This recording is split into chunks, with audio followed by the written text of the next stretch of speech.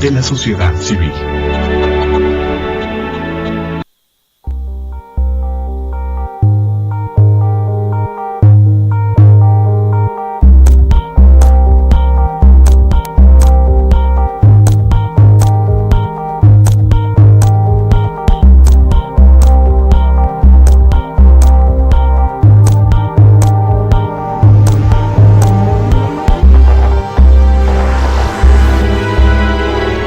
Canal Patrio, voz e imagen de la sociedad civil.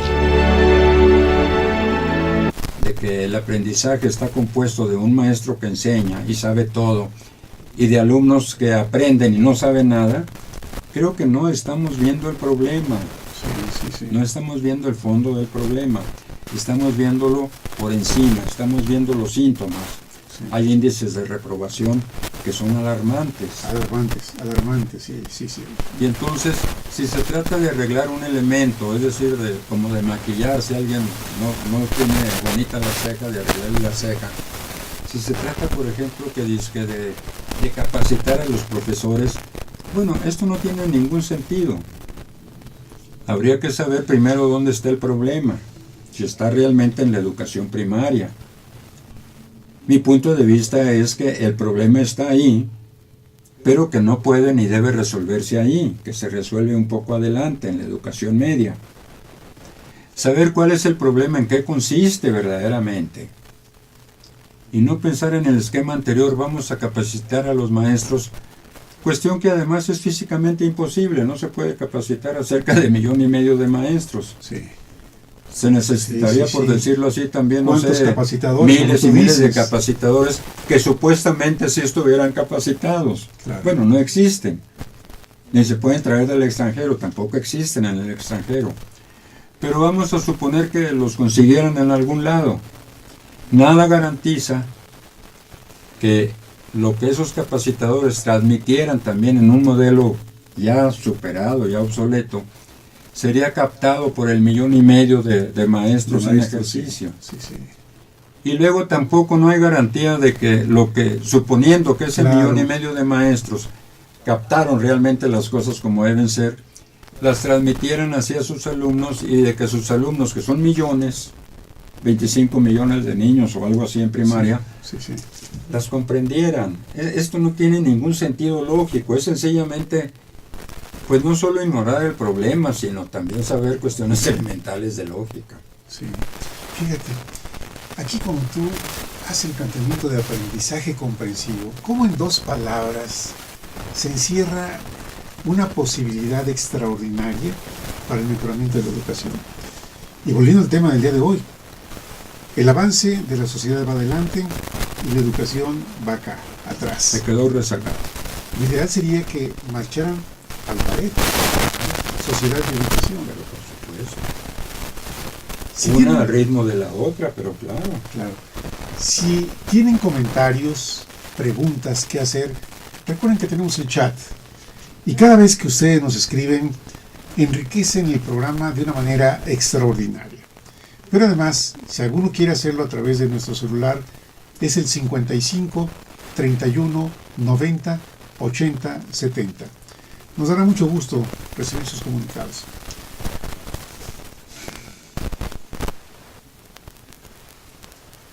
¿Cómo lograr que pudiera emparejarse la velocidad de avance entre la sociedad y la educación?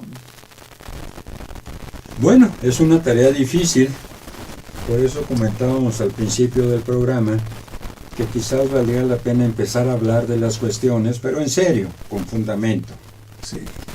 Y que lo que yo propongo, y habrá otras propuestas, por supuesto, quizás más valiosas, más operativas, lo que yo propongo es sencillamente plantear una hipótesis, darle un poco la vuelta al modelo, entender que lo que se necesita no es realizar los cambios del modelo, sino cambiar el modelo. Y cambiarlo en el sentido que tú comentas, no de tirar el anterior al bote de los papeles, Sí. sino de enriquecerlo, de actualizarlo, de ponerlo a tono, de hacerlo pertinente a la situación actual. hay tratadistas, yo tengo por ahí una relación en mi último libro bastante extensa, de 25 o un poco más tratadistas que han hecho diferentes propuestas sobre esta cuestión. Sí.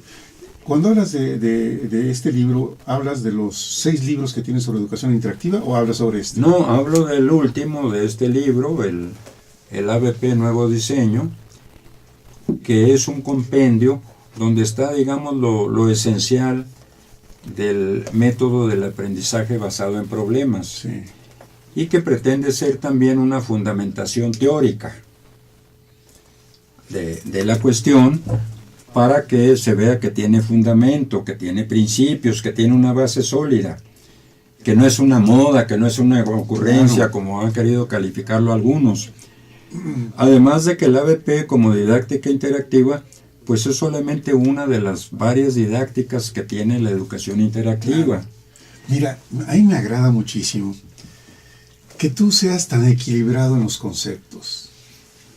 Porque tú dices, este es un método, hay otros, Hay otro. pero tú planteas este, que es el que has desarrollado. Sí, así es. Y además el que has diseñado, y cuando hay oportunidad de que te escuchen, lo has llevado a aulas, a auditorios, para hablar de ese gran tema. Nosotros nos sentimos muy honrados que toda esta experiencia tuya nos la compartes aquí a través del programa. Aprendizaje en base a problemas. Un método muy interesante. ¿Por Sí. dónde empezar? ¿Por dónde empezar, por ejemplo, con este ejemplo? ¿Con profesores? ¿Con directivos? ¿Con alumnos? ¿Por dónde empezar? Pues dada la estructura de la sociedad, yo diría que casi es simultáneo, pues hacer, explicándolo muy bien, que directivos y profesores pues lo asuman. Sí. Lo asuman y entonces acepten diseñar materiales que además ellos, por supuesto, que además tienen que, tienen que elaborar los maestros, pero tienen que aplicarse y tienen que someterse a una evaluación psicopedagógica, que es la valoración científica, de tal modo que se aplican X temas elaborados con estos materiales a un grupo de instrucción, y el mismo tema se le da a otro grupo, un grupo testigo, un grupo de contraste, con las didácticas tradicionales o expositivas, Para poder que ver. es el verdadero método científico, Sí, y entonces sí, se ve sí. si estos que están acá aprovecharon más que estos o viceversa. Y entonces se ve, yo no pretendo tener la verdad, yo estoy proponiendo el método científico en pedagogía, que parece que se rehúsan a emplearlo. Bueno, vamos a demostrar con cuál de los dos métodos comprenden y aprovechan más los alumnos. Sí. Pero además con los resultados, pues es ir ajustando precisamente los materiales, el método. Sí. Porque resulta que la educación tradicional, que yo también la sufrí, por decirlo así, bueno, se basa en un dogma que viene de milenios, de que se originó por allá en la época de Confucio, no lo sé, de que el sabio enseña al ignorante. ¿Por qué? Porque no había escuelas, había unos cuantos sabios que sabían mucho, tenían muy buena experiencia, y entonces tenían sus alumnos. Se usa todavía en el Tíbet, en muchas partes del mundo. Eso estuvo bien mientras duró. Yo entiendo que la educación siempre va a ser una educación aristocrática, es decir, para unos cuantos, para los mejores. No es una educación para nosotros, perdón que me incluya, los de en medio, los que no somos muy vivos, pero tampoco somos muy tontos. No, es una educación para los mejores. Los índices de aceptación en las muchas universidades del mundo son dramáticos. Hay universidades como la Universidad de Stanford, que es excelente en California, Sí. que se precia de recibir solamente a 6 de cada 6 alumnos que solicitan su ingreso. Bueno, esto me parece muy adecuado para los 6 que son aceptados. Es una universidad de primera. Pero ¿qué pasa con los 94 que no son aceptados? Claro. Es decir, ¿qué pasa con nosotros los tontos? Esa es mi pregunta. que no somos aceptados porque nos faltaron 2 preguntas en el examen de admisión, o una. Hoy los resultados ahora de los exámenes de días pasados son dramáticos. Son dramáticos. 61% no pasó el examen para poder ingresar a escuelas preparatorias. Ahora, yo no quiero ser ave de mal agüero, pero bueno, ¿por qué hacen exámenes? Mi pregunta siempre ha sido en la educación, bueno, ¿qué la educación es tan mala y no están seguros de lo que hacen, que necesitan hacer exámenes de admisión, intersemestrales, semestrales, de fin de año, tesis, examen profesional? Pues que la educación es tan mala que necesitan realizar exámenes. Porque una educación, si fuera buena, no necesitaría exámenes de ningún tipo. Pero vamos a suponer que hagan exámenes. Bueno, si los índices de reprobación son muy altos, por ejemplo en el examen de admisión, vamos a decir de la nacional, que creo es ligeramente superior al 60%. Bueno, ¿qué está sucediendo en las preparatorias de la UNAM? De donde van la mayoría de los aspirantes a la UNAM. Sí. ¿Qué está sucediendo en las preparatorias que no son capaces de hacer pues que el porcentaje de reprobados se reduzca sustancialmente? Que digan, no, los muchachos que salen de las preparatorias de la UNAM generalmente aprueban en un 90% el examen de admisión. Ah, ese era muy interesante. Pues sí. O más del 90%, o el 100%. Cuando solo 3 alumnos entran a Harvard, pues quiere decir que la educación que recibieron antes no fue muy buena, ¿no? Porque se quedaron ahí 97, ¿no? En el camino. Sí. Isabel, a ver, quiero preguntar a ver si tenemos chat. Aquellos que deseen participar en este importante, trascendental tema de educación, es muy valioso que nos escriban. Nos gusta, nos agrada cuando vemos la participación de ustedes con algún planteamiento. Y yo creo que si logramos cada vez penetrar más en la conciencia de quienes escuchan y ven este programa, yo creo que estaremos dando un avance importante. Afortunadamente ahora medios como Facebook y Twitter y las redes sociales a través de los correos es un medio extraordinario para poder difundir las ideas. ¿Qué es lo que hacemos nosotros con el programa?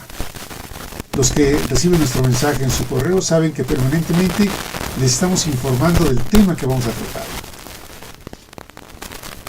Viene un programa como el día de hoy y en la noche nuestra directora de producción Isabel Villaseñor sube el tema a YouTube. Así que si no tienen la oportunidad de ver el programa en este instante, por cuestiones de trabajo, de estudio, la razón que cada uno de ustedes tenga, en la noche o después, cuando tengan disposición en tiempo sobre todo y deseos de recrear este tema, les aseguro que van a encontrar una riqueza extraordinaria, porque viendo el video en YouTube pueden regresar, volver a escuchar, analizar, detener, escribir. Hay tantas cosas que podemos hacer. Y algo más que también les pedimos es poder compartir en los medios de comunicación de internet tanto los mensajes promocionales como los links o los videos que tenemos para ustedes. Si logramos cada vez penetrar más con estas ideas, yo te aseguro, Jaime, que habrá quienes pongan atención y decir, a ver, vamos a sentarnos seriamente, como tú lo dices, a hablar de esto. Y si quienes nos escuchan son rectores, miembros del consejo de la universidad o de las universidades, o de los consejos técnicos o directores de escuela, yo creo que tenemos un campo amplísimo para poder dialogar con ustedes seriamente. Claro que sí, claro que sí. Señalábamos al principio, bueno, tú señalabas que el tema es este desfase entre el avance de la sociedad muy acelerado Sí. y el de la educación. Y yo comentaba a tu público que la característica de la civilización actual, que se le llama también a veces la era de los sistemas, que la característica fundamental es el uso que se hace del conocimiento, completamente diferente de la civilización anterior.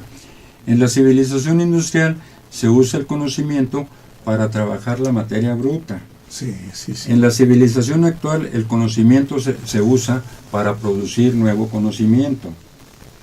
Entonces, ¿qué sucede con una educación que está apegada a la civilización industrial?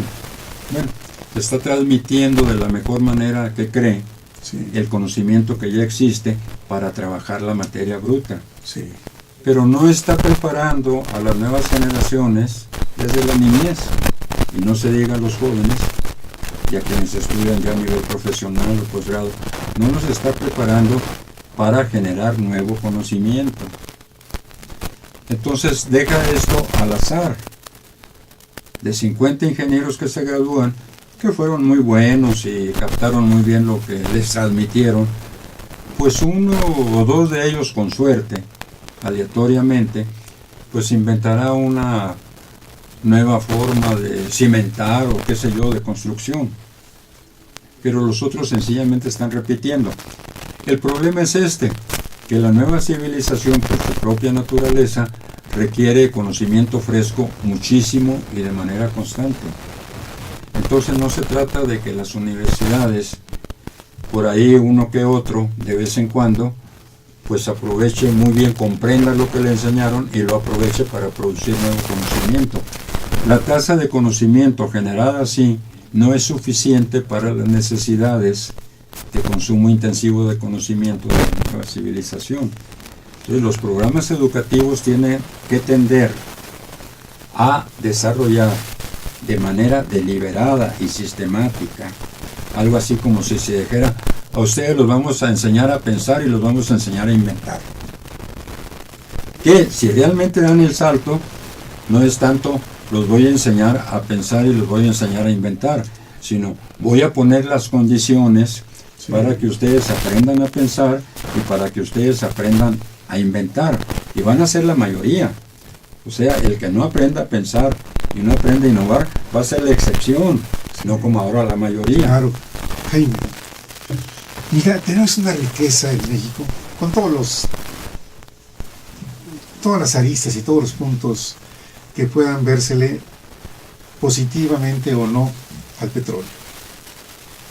Tenemos un instituto, el Instituto Mexicano del Petróleo, que lamentablemente no recibe presupuesto amplio, suficiente, como para poder desarrollar nuevos conocimientos, investigaciones. Claro.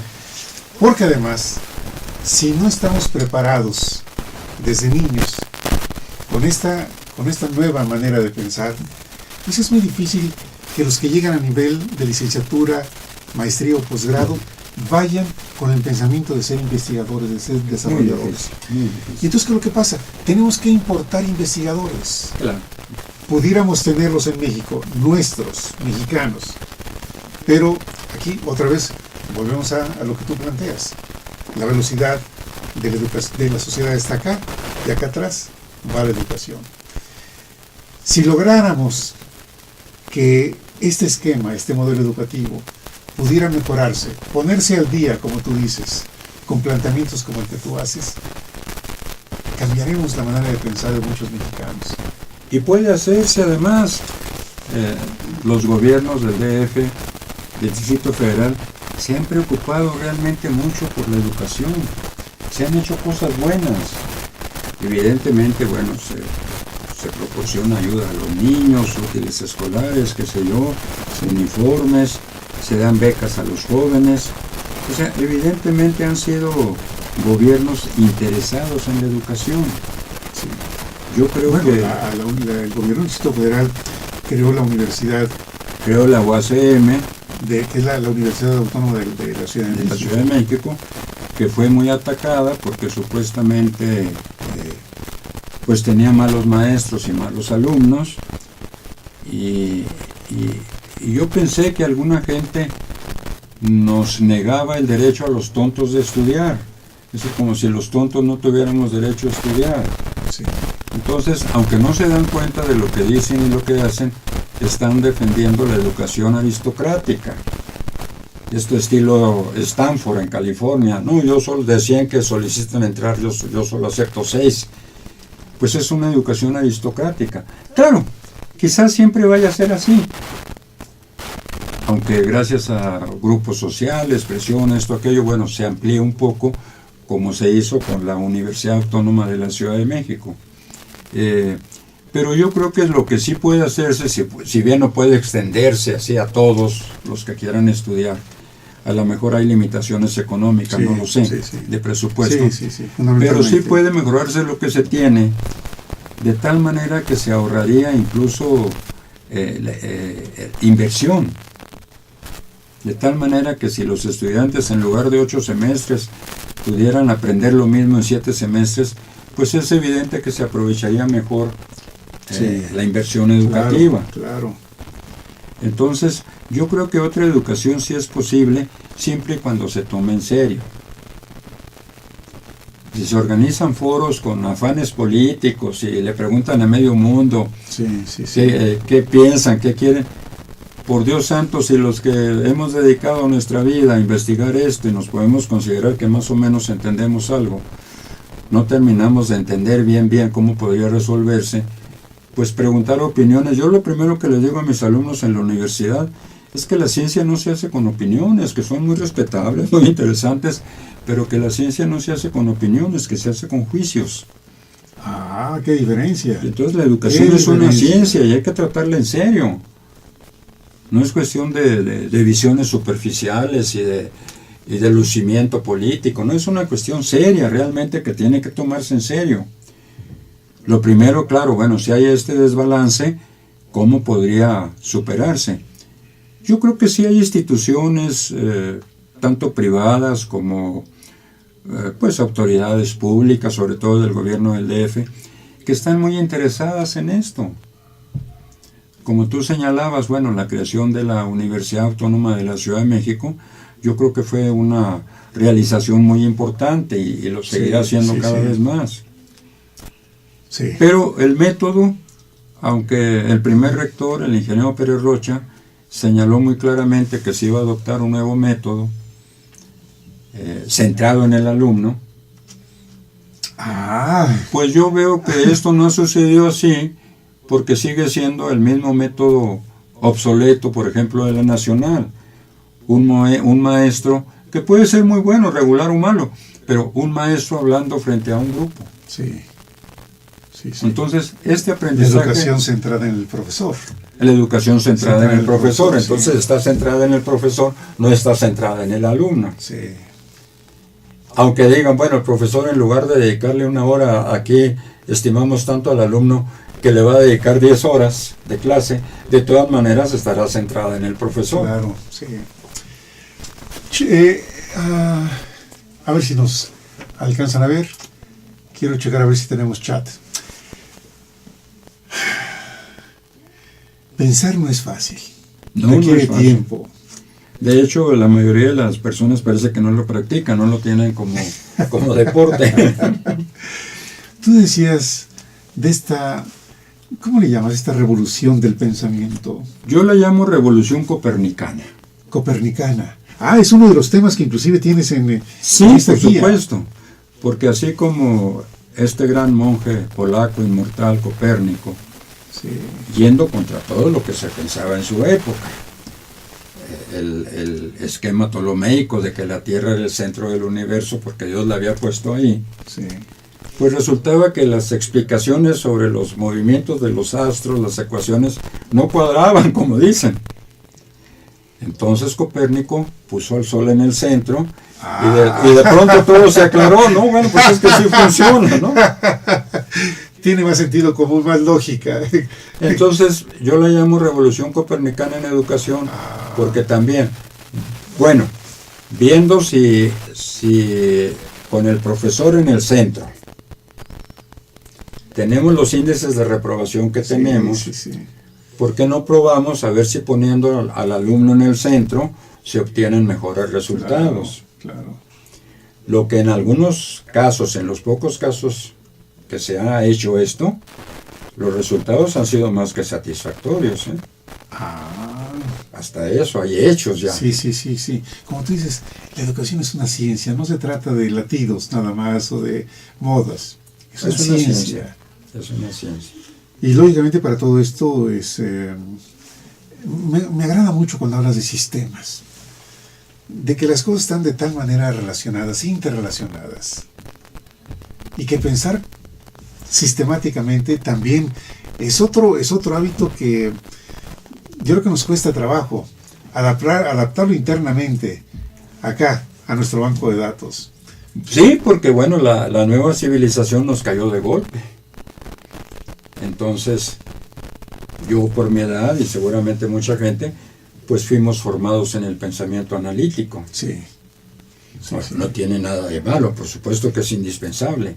Sí, pero no solo pensar. Hay cosas que tienen que pensarse con el pensamiento analítico y cosas que tienen que pensarse con el pensamiento sistémico. Sí, Yo sí, creo sí. que la educación es una de las cosas que tiene que Claro. pensarse con el pensamiento sistémico. Mira, es que me sorprendes con tus conceptos, Jaime.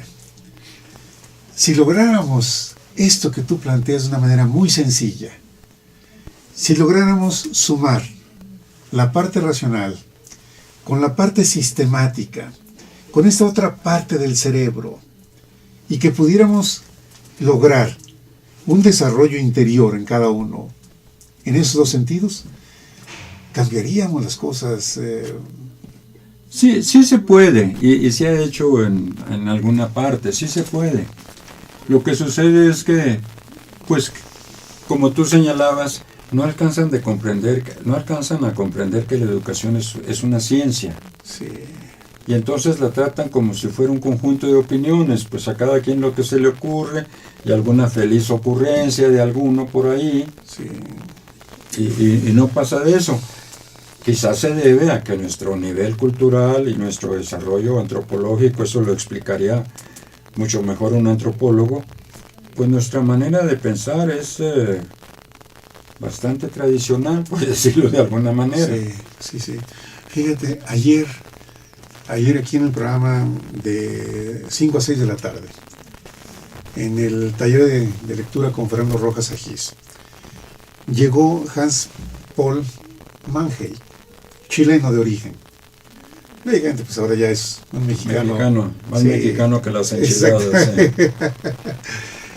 Y cuando hablamos de la diferencia entre Chile y México, él utilizó un concepto que es válido, pero también hay otro muy importante que tú me has dicho. A Chile llegaron jesuitas, sacerdotes jesuitas, y a México llegaron sacerdotes franciscanos, cada uno con su estilo, con su proyección, pero él decía que esto para Chile fue importante. Sin embargo, tú me enriqueciste esta visión hablándome de que México fue conquistado y Chile no fue conquistado. Pero además yo creo que llegaron muchos más en comparación, sacerdotes jesuitas o misioneros jesuitas, no, sacerdotes jesuitas a México que a Chile, ¿eh? Ah, No se puede comparar porque Chile es un país de población muy pequeña. sí, sí, sí. Yo creo que fue producto, no soy experto en historia chilena, pero yo creo que fue un producto de colonización, Que es diferente a la conquista. que es muy diferente a la conquista. Sí, Yo creo que Chile sigue siendo un país de chilenos de origen europeo, fundamentalmente alemán. sí, pues Mangey, el mismo, Sí. digo, Hans Paul Mangey, él es de origen En alemán. cambio, todos nosotros, la mayoría de los mexicanos, tenemos apellidos españoles Sí, es verdad. y somos mestizos. Sí, Nosotros somos un pueblo mayoritariamente mestizo. Bueno, no sé, el 96, 97% somos mestizos. sí, Yo creo que la inmensa mayoría de los chilenos no son mestizos. cierto, cierto. De hecho, tampoco soy experto en la materia, pero si no me equivoco, somos el único país mestizo de América Latina. El único que fuimos conquistados como fuimos conquistados. No, y el único país mestizo. Además, No, bueno, el Perú fue conquistado, pero Perú no se mestizó. Perú no se es mezcló verdad. nunca. O sea, sigue habiendo como dos dos Perús, grupos, sí, dos sí, Perús, sí. es cierto. En México no, porque la inmensa mayoría somos mestizos. Sí, Entonces las historias son muy diferentes. claro, Incluso la religión entra de manera diferente. sí, En Sudamérica, pues entra como religión de los colonos, o sea, son los mismos colonos los que la llevan. Sí, En México fue impuesta por los conquistadores. es cierto. Por eso mucha gente en México resiente la religión. La religión, digamos, establecida, el establishment, como dicen por ahí. Sí. Claro, yo no quiero hablar de cuestiones religiosas que son siempre muy delicadas, al igual que las políticas, ¿no? Claro. Pero lo que me importa a mí, no me interesa tanto si alguien es católico o si es ateo, pues es que hable con sentido de la educación. Y lo mismo en política, ¿no? Bueno, no me interesa si es de un partido o de otro. Aunque insisto, yo sí creo que el gobierno del DF ha hecho mucho por la educación, que de alguna manera se va en el buen camino, pero que se tiene que dar un salto cualitativo. Sí, sí, Ya, sí. ya se hizo mucho de lo que podía hacerse en las contingencias, o como dicen los tratadistas, las condiciones. Bueno, se crean escuelas, se dan uniformes, útiles, qué sé yo, ¿no? Se hacen muchas cosas. Bueno, ahora falta meterse al salón de clase y ver lo que sucede ahí. Lo esencial, el núcleo. Y en este sentido, para ver el núcleo, es donde sí se necesita conocimiento científico sobre la educación. Claro. Isabel. Isabel.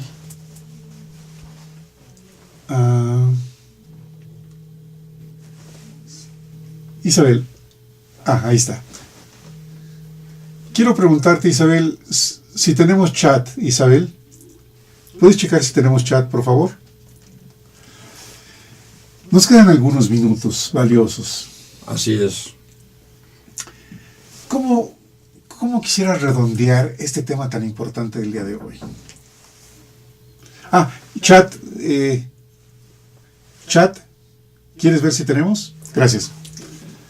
¿Cómo quieres redondear el tema, decíamos, tan importante del día de hoy? Bueno, tú tocaste un punto clave, es decir, cómo hacerlo. El Sí. cómo es importante. El qué, de alguna manera, yo insisto, bueno, aquí está la teoría y hay otras, igualmente innovadoras. Sí, sí, sí. Pero el cómo, tú tocaste el cómo. Sí, Yo creo que hay instituciones privadas, pequeñas, que tienen deseos, naturalmente, de mejorar la educación. sí. Yo creo que las autoridades educativas del gobierno del DF tienen deseos. Y ha habido gente Sí, sí, es verdad. inteligente y con visión, y la hay actualmente en la Secretaría de Educación.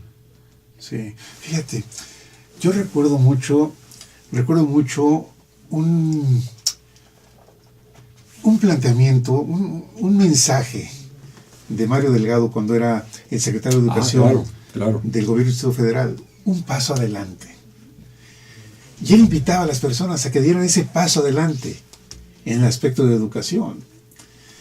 Y yo creo que, como tú lo mencionas, que sí hay autoridades que están interesadas. Sí, definitivamente, y las del DF, que es, bueno, donde yo vivo, Sí, yo creo que sí, y lo han demostrado. bien, Pero no pueden hacer todo. claro. A Pero se ningún puede- funcionario, y menos al secretario de Educación del DF, que tiene encima enormes preocupaciones y problemas, bueno, no se le puede pedir que además sea un gran científico o un gran técnico de la educación. Sí, sí, sí. Y están abiertos. Quizás la responsabilidad no ha sido tanto de las autoridades, sino de quienes no nos hemos acercado para decir, bueno, yo tengo una propuesta, aquí está, estúdienla. Claro. A lo mejor sirve, a lo mejor no, pero léanla, Pero aquí está, estúdienla, aquí claro. está.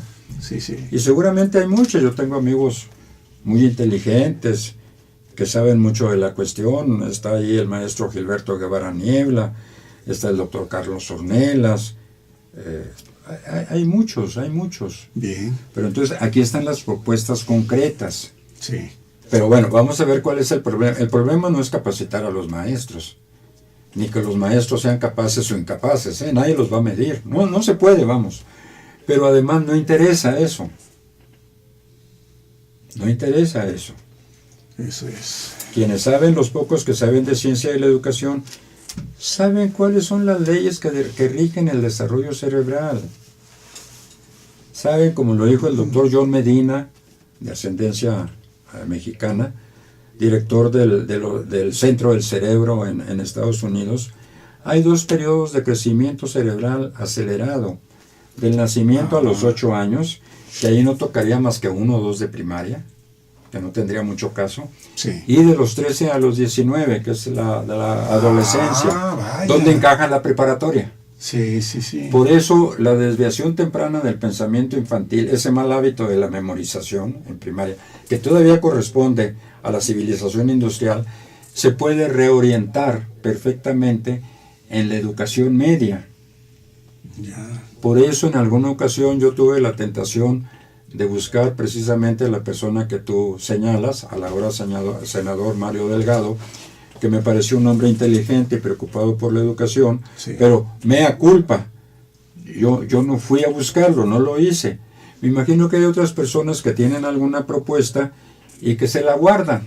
Bueno, yo no soy muy inteligente, entonces dije, bueno, tengo que dedicarle mucho tiempo, yo no puedo desviarme en ir a congresos, a foros, a entrevistas, Claro. porque estaba estudiando y sigo estudiando cuestiones que me parecen muy difíciles. Sí, sí, sí. Sin embargo, mira, ahora tenemos esta oportunidad que tú nos das aquí en el No, programa. me la han dado, yo la agradezco muchísimo. Y es primera vez que yo digo, bueno, tengo algo que decir, voy a decirlo. Sí, Que me digan quienes más saben si estoy equivocado, pero sobre todo que me lo demuestren con el método científico. científico, claro. ¿Sí? Para nosotros, el tema de la educación es un tema prioritario. Ya tenemos 4 años con... ya vamos a los 4 años con los casi 12 meses. No, 10 meses. 10 meses. Que cumple el programa. Que cumple el programa. Y fíjate cómo paso a paso el tema de la educación ha ido tomando más forma. Y ahora con tu participación, Jaime, estás haciendo un programa muy sólido de gestión social en la parte educativa. Qué bueno, qué bueno. Por fortuna. Y todo esto, no sé cómo el método nos llevó a este encuentro contigo. Pues fue afortunadamente. un encuentro feliz que yo agradezco Sí, mucho. sí, ¿no? sí. Porque es primera vez que yo me atrevo a decir lo que pienso en público, no porque tuviera miedo, sino porque estaba muy ocupado trabajando. Yo Claro. dije, o dedico mi tiempo Sí, a andar haciendo publicidad, o dedico mi tiempo a estudiar en serio. claro. Y no sé si lo que he logrado es bueno o malo, eso les tocará a otros decirlo, pero que sí le he dedicado tiempo y que lo tomé en serio, Sí, pues ahí está lo que he escrito, claro. para que me demuestren científicamente, no con opiniones, sí, esto sí es bueno o no, esto no funciona. Hay que probarlo. Hay que El probarlo. método científico es pruebas. Sí, no hay otra manera, no se trata de foros, no se trata de opiniones de sabios, no. Vamos a demostrarlo, vamos a convertir la pedagogía en pedagogía científica. Aquí está una hipótesis, yo digo que se enseña, que los alumnos aprenden mejor, tengo el vicio, yo soy producto de la educación tradicional, todavía hablo de enseñanza. Vamos a demostrar que los alumnos aprenden mejor si se paran de cabeza. Bueno, y acá están otros que no se paran. Y luego me dicen, es que estos que no se paran, que estaban sentaditos, aprendieron mejor.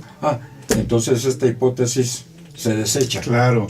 Así Pero funciona la el método ciencia. científico, Así claro. funciona el método científico. Sí.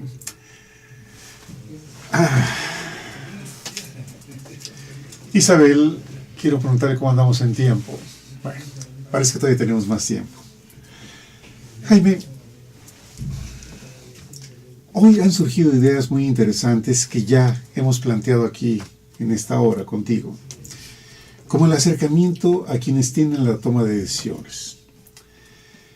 Y si logramos que estas puertas se empiecen a abrir y, como tú dices, seriamente hacer planteamientos, no opiniones, No, no serias, modas, algo serio que tú has desarrollado durante los años de tu vida. Y que además está aquí, está plasmado, en este caso el aprendizaje en base a problemas, está aquí contenido en un libro, Así es. que además estás ya próximo a tener una nueva edición. La segunda edición La ya segunda. revisada y aumentada, corregida y aumentada, claro. Y entonces, si esto que tú aquí bondadosamente nos traes al programa, lo podemos poner en la mesa con la secretaria de Educación Pública del Distrito Federal, del gobierno del Distrito Federal, creo que sería un avance importantísimo. Pues sí, ojalá pueda hacerse. Porque me han comentado amigos maestros, pues que es una persona también comprometida con la educación, Sí. inteligente, capaz. Entonces, pues yo estoy seguro que sí escuchará no solo mi propuesta, sino la de muchas otras. Muy bien. Isabel, ¿cómo estamos en tiempo? 5 minutos. 5 minutos. Sí. Pues este tema es recurrente, siempre volvemos una y otra vez al problema de la educación. Y yo siempre insisto, casi lo he convertido en un eslogan publicitario, Sí. que no hay que atender a los problemas del modelo, sino ver el modelo como problema. Sí. Que no hay que hacer los cambios del modelo, sino cambiar el modelo. Cambiar en el sentido que ya hemos comentado. Claro, no desechar, sino enriquecer. En el sentido integrador, en sentido sistémico, incluso en sentido dialéctico, dicho en el buen sentido de la palabra, para aprovechar lo anterior Sí. y enriquecerlo y hacerlo más valioso y hacerlo más pertinente. Claro. Porque es evidente que la enseñanza tradicional pues presta una gran atención, se centra muchísimo en el cultivo de la memoria.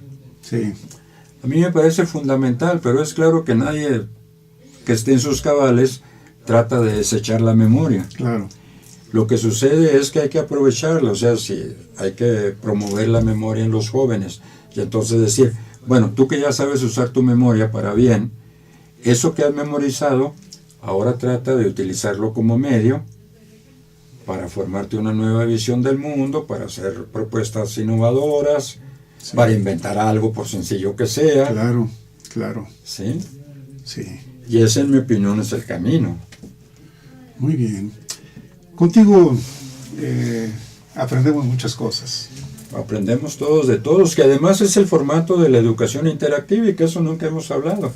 El formato todos, que supera precisamente al formato de auditorio uno todos, Sí, sí. que es el típico de la educación tradicional. Uno habla y los demás escuchan. Así es. En el formato de taller todos hablan y todos hacen y todos participan. Sí, sí, sí, sí. Y entonces hay una Sí, horizontal lo que tú nos has dicho, extraordinaria, es verdad. y una sinergia y una energía increíbles en el grupo. Claro. Y el maestro se convierte también en un coordinador, deja de ser un periquito que transmite saberes ajenos y se convierte en un coordinador del proceso de aprendizaje, es decir, eleva su dignidad Sí. y se convierte también en parte de un equipo que está produciendo ideas, que está pensando, que está generando riqueza de conocimiento. Sí. Y que si a lo mejor no están inventando algo que merezca el premio Nobel, están ellos generando nuevos conocimientos sobre sí mismos. Es decir, se están formando de manera activa. Sí. Eso es importantísimo. No nada más estar escuchando a alguien que sabe mucho Claro. y a ver qué me puedo meter en la cabeza, sino estar viendo cómo funciona mi propia mente en acción y quiera uno que no, está aprendiendo. Voy a comentarte algo porque lo veo en el Facebook. Hay personas en Facebook que tienen sus propias ideas y las transmiten. Aunque a veces las personas también tienen un poco de, no sé si es miedo o precaución, o no se animan a poder transmitir esas ideas. No, bueno, es que es aterrador decir algo diferente en una sociedad. No, yo entiendo. No hay muchos loquitos como Jaime Villegas. La mayoría de la gente muy inteligente en muchos casos, pues se adecua al medio. Sí, Porque remar contra la corriente es muy problemático. claro. Decir la verdad cuesta muy caro. Ya hay ejemplos históricos, creo que los de Sócrates y de Jesús. Sí. Yo hago una invitación a todos mis contactos en Facebook, que aquellos que tengan algo que comentarnos, si nos envían su escrito a nuestro correo o a través de Facebook, nosotros poderlo compartir aquí en el auditorio, con el auditorio. Yo espero que desde allá, desde San Luis Río Colorado, yo estoy esperando que me llegue una información. San Luis es Río San Luis Colorado. Potosí. No, San Luis Río Colorado.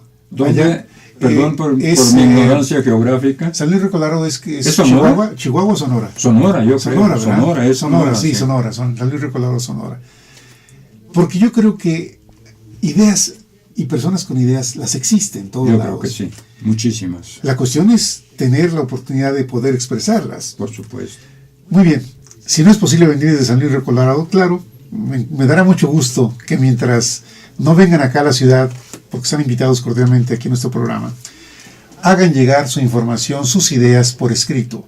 El ofrecimiento que nosotros les hacemos es compartirlas con el auditorio.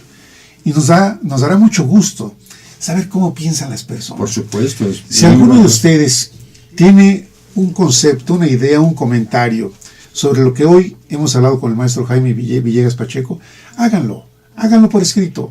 O quieren venir al programa, vengan, están cordialmente invitados. Yo creo que esto nos está llevando a un crecimiento extraordinario.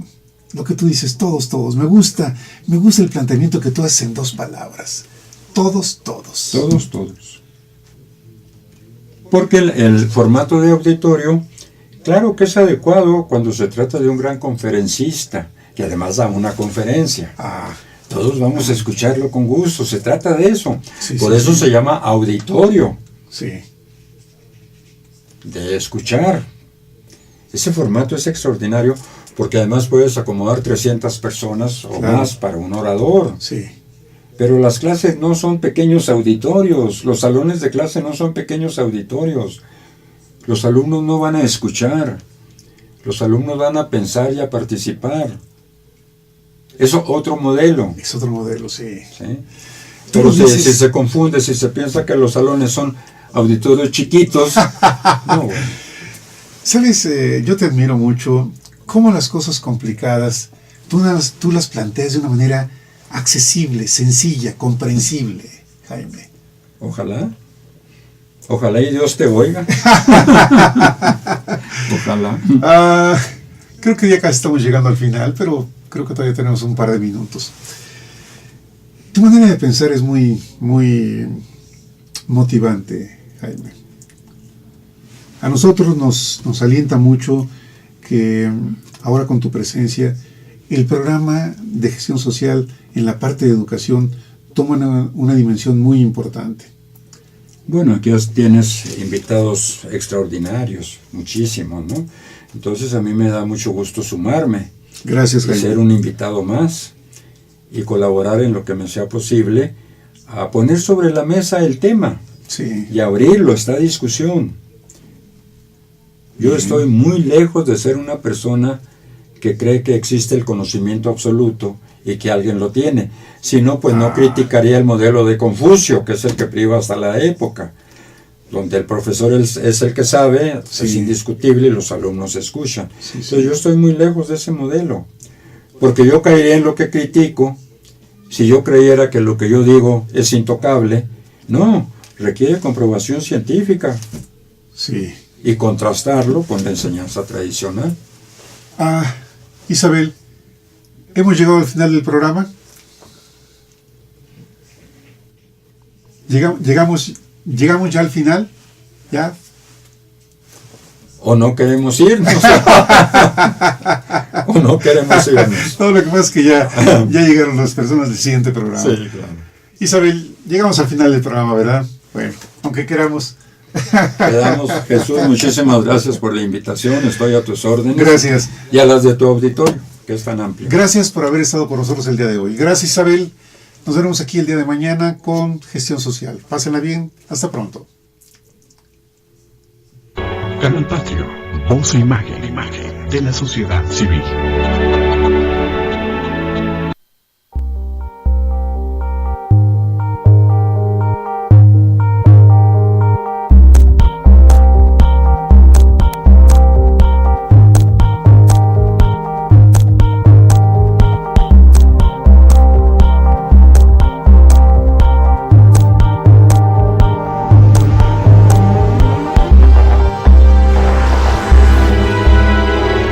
Canal Patrio, voz e imagen de la sociedad civil.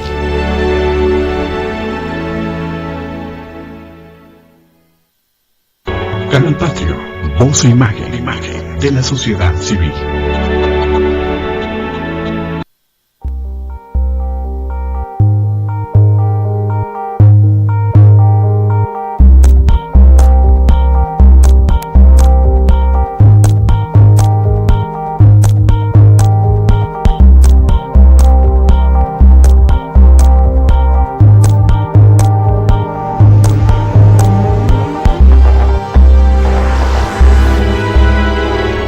Canal Patrio, voz e imagen de la sociedad civil.